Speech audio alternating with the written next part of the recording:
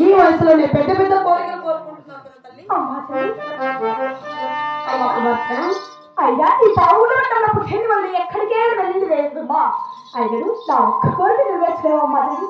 అమ్మ కుమార్తె, ఒక్కదానికి కుమార్తెని అల్లారుగా గౌరవంగా చూసుకుంటున్నాం. అవునమ్మా. ఆయన ఈ ఉగాది ఎడల కాలంలో మీ అన్నలేసిన దొరిసేని కాలు వెళ్ళాలి నీ మనసులో కోరిక. అవునమ్మా. వద్దమ్మా, నా మాట వినవి. ఈ చిన్నటి వయసులో అవునమ్మా. తెలియని బిడ్డకు జొన్నసేని కావులు వెళ్తానికి నీకెవరు చెప్పారు, ఎవరు చెప్పారు తల్లి? అమ్మ కుమార్తె, నీకెవరు చెప్పారు, ఎవరు చెప్పారు?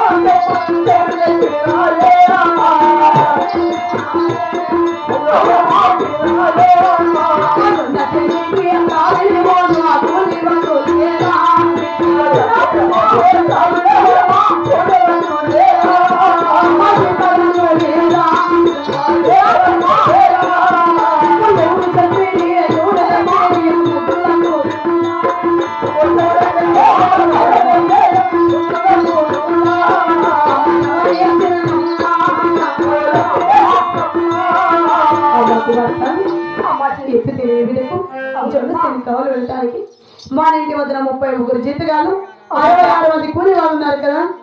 వాళ్ళు ఉండగా నీకెందుకమ్మా ఇంత శ్రమ? అయినా నాకు ఇంత చిన్న వయసులో ఎవరు చెప్పాలి, ఎవరు నేర్పాలంటున్నావు కదమ్మా. అవునమ్మా. ఈ మనసులో అలాగే తెలియదమ్మా.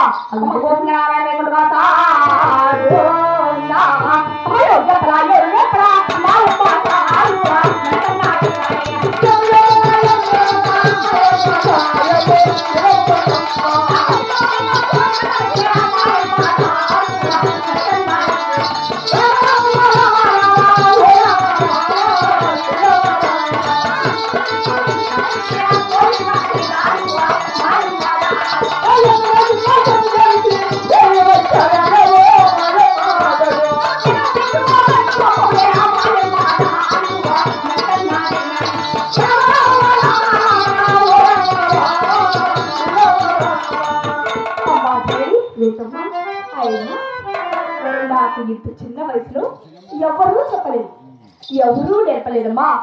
నా మనసులోని ఆ ఒక్క చిన్న కోరిక కలిగినమ్మా. వద్దమ్మా, ఈ ఉగాది రకాలలో జొన్నసేని కావులు వద్దు తల్లి. అమ్మా, ఎన్నడే ఎటువంటి కోరిక పడలేదు. ఈ ఒక్కసారి పంపించబోయానుకో ఎన్నడే మాట్లాడమ్మా. అదేంటి తల్లి, ఒక్కగారు ఒక బిడ్డ కానీ అల్లారు ముద్దుగా గౌరవంగా చూసుకుంటే అమ్మా ఏ తల్లి మీద నవ్వుతున్నావా? లేదమ్మా. అయినా నిన్నలా మన పుట్టావు, తల్లికి ఎదురు సమాధానం చెప్పి అంతా జరగకపోయావా తల్లి? అయినా నా బిడ్డ సంతోషం ఎన్నడూ కూడా కాదను. అవును కదమ్మా. నీ సంతోషమే నా సంతోషమమ్మా. అలాగే ఆడుకుంటూ పాడుకుంటూ జొన్నసేనికి ఎలా కావులు వంగుతున్నావు అంటే